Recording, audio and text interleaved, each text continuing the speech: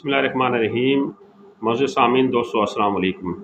सामीन, आज मैंने एहसास के मुतल्लिक आपको ये बताना है कि आप एहसास कफ़ालत प्रोग्राम या बेनज़ीर कफ़ालत प्रोग्राम, दोनों प्रोग्राम एक हैं, नाम मुख्तलिफ हैं, में अपनी रजिस्ट्रेशन करवाना चाह रहे हैं। नई ख़वातीन इसमें अपने आप को रजिस्टर्ड कराना चाह रही हैं, तो उसका तरीक़ाकार क्या है?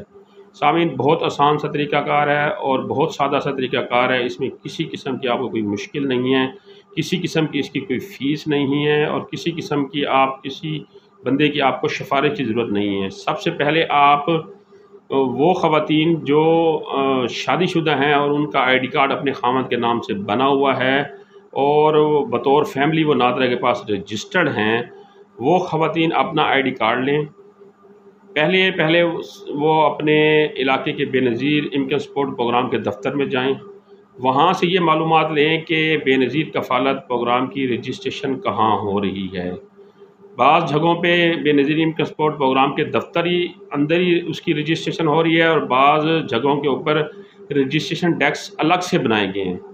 तो वहाँ से आपको ये इन्फॉर्मेशन मिल जाएगी कि इस वक्त एहसास कफ़ालत प्रोग्राम की रजिस्ट्रेशन का डेस्क या बेनज़ीर कफ़ालत प्रोग्राम की रजिस्ट्रेशन का डेस्क कहाँ पर कायम है, बेनज़ीर के मुतल्लिका दफ्तर में है या किसी और जगह है। वहाँ का आप पता लेकर वो रजिस्ट्रेशन डेस्क के ऊपर जाएंगे। जहाँ भी कायम होगा रजिस्ट्रेशन डेस्क, हर ज़िले में मुख्तलिफ प्लान के तहत वर्किंग हो रही है। तो आप वहाँ जाकर अपना आईडी कार्ड देंगे और उनको ये कहेंगे जी मुझे एहसास कफ़ालत प्रोग्राम में आप रजिस्टर्ड करें।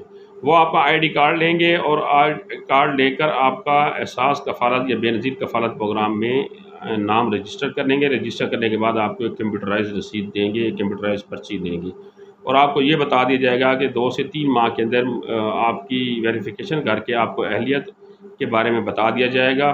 तब तक आप इंतज़ार करें। वो पर्ची लेकर आप वापस आ जाएं घर और इंतज़ार करें 8171 से आने वाले मैसेज का।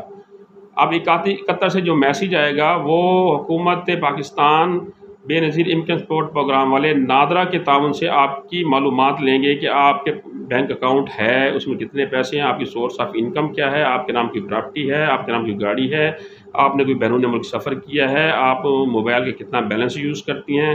ये सारी मालूमात वो आपकी इकट्ठी करने के बाद वो आपको चेक करेंगे कि आप गुर्बत के उस मेयार पर आते हैं जहाँ पर आपको इमदाद दी जाए। अगर आप उनके उस मेयार पे पूरा उतरते हैं और आप उनके उस मेयार के मुताबिक अहल करार दी जाती हैं तो फिर आपको 8171 से अहलियत का मैसेज आ जाएगा और आप जाकर अदायगी सेंटर से अपनी रकम ले सकते हैं।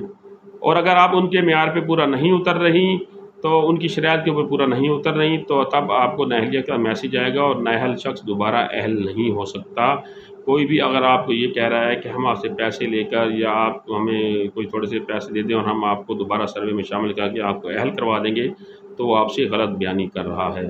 तो इससे भी बचें और लोगों को ज़्यादा से ज़्यादा बताएं कि इसकी कोई सरकारी फ़ीस नहीं है और ना ही किसी को आप पैसे दें कि हमें इसमें से अहल कराएं या हमें इसमें रजिस्टर्ड कराएं।